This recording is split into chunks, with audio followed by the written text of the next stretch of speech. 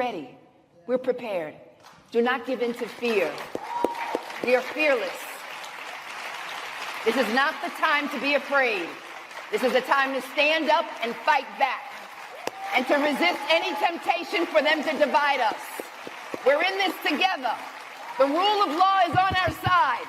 We will not give in, not give up. We will not capitulate. We will not bow.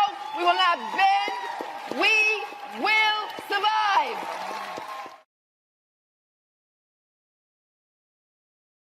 All right, here's Neil deGrasse Tyson and how we should be engaging politically with people who are stupid. How do you feel about America right now? Well, it's a free country and we vote in our leaders. And right now there's a whole set of people in charge that are doing different things from what had happened in previous years, previous leaderships, even previous leaders of that same political party. What's going on is very different from anything that I think people would have predicted. A lot of people like complaining about leadership, but we live in a country where we choose our leaders. So we're going to complain about the leadership. You should be complaining about the people, about the electorate. I'm an educator. I've never complained about politicians. They represent people.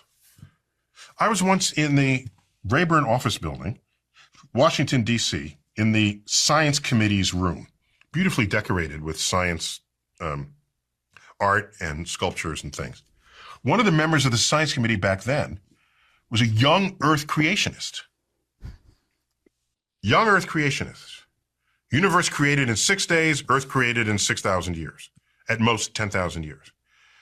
And I knew he was going to be there. And I thought to myself, do I grab him by the lapels and say, what do you think? You're on a science committee. And then I thought, no.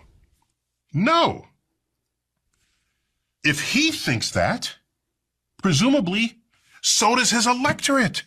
Mm-hmm. They voted him in.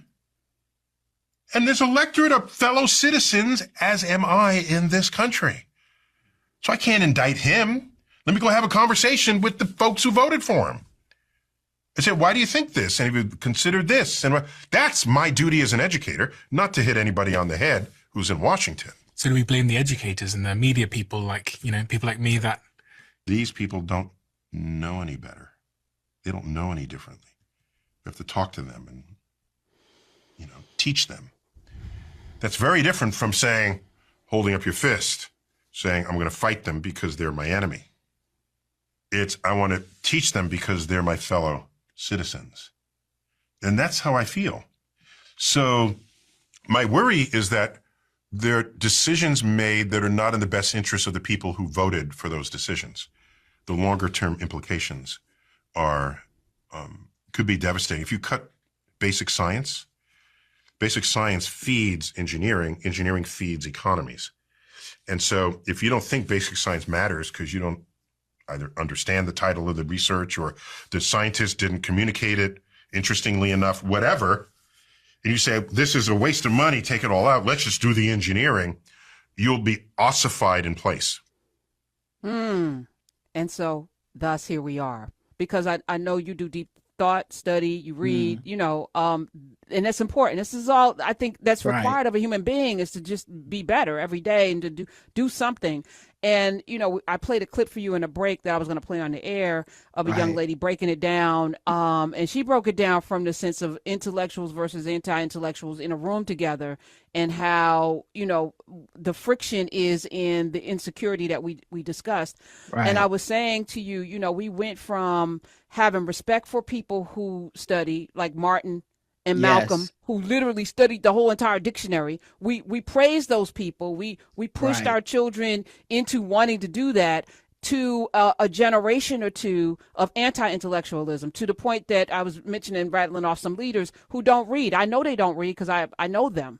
They don't read, but they're able to spin words, right?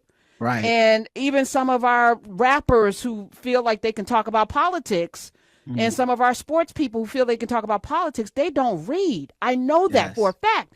So how are you have a great opinion and a great personality, and you're able to string words together and people feel it in their heart, but they're not giving you any sustenance, to your point.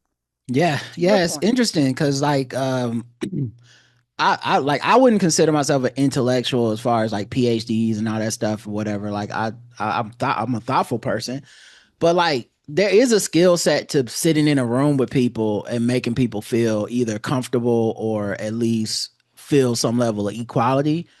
But the anti-intellectual, that is such a real thing amongst Americans. Like it's beyond Yep. just, it's just it's to the point of disrespect. You look at who's running the country right now, right? The people, and I'm not just talking the president. I mean, the people who are in charge of different offices, some of the point is that they don't have experience.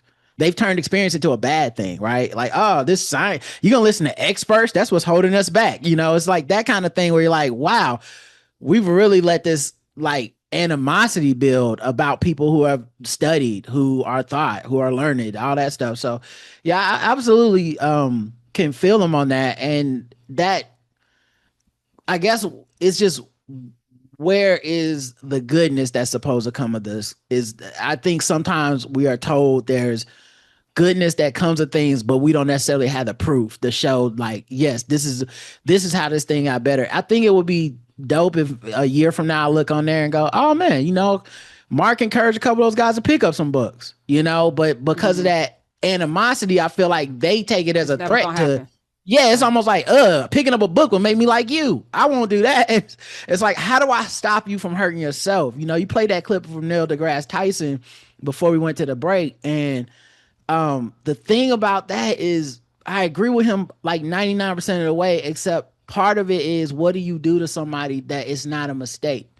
They're not lacking the education or the knowledge. They have chosen to be your enemy. You didn't choose for them to be your enemy, but they've chosen that you are their enemy, and there's no way of swaying them off of it.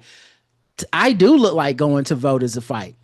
I don't look at it like I agree. I go I to the agree. polls thinking, because they gonna go to the polls. I don't That's want to right. be the one that gave up on I didn't defend my square because I was That's like, right. well, they just don't understand. I'm not waiting for their heart to grow three sizes like the Grinch, dog. We have to fight, and sometimes you just gotta fight. It's just that way.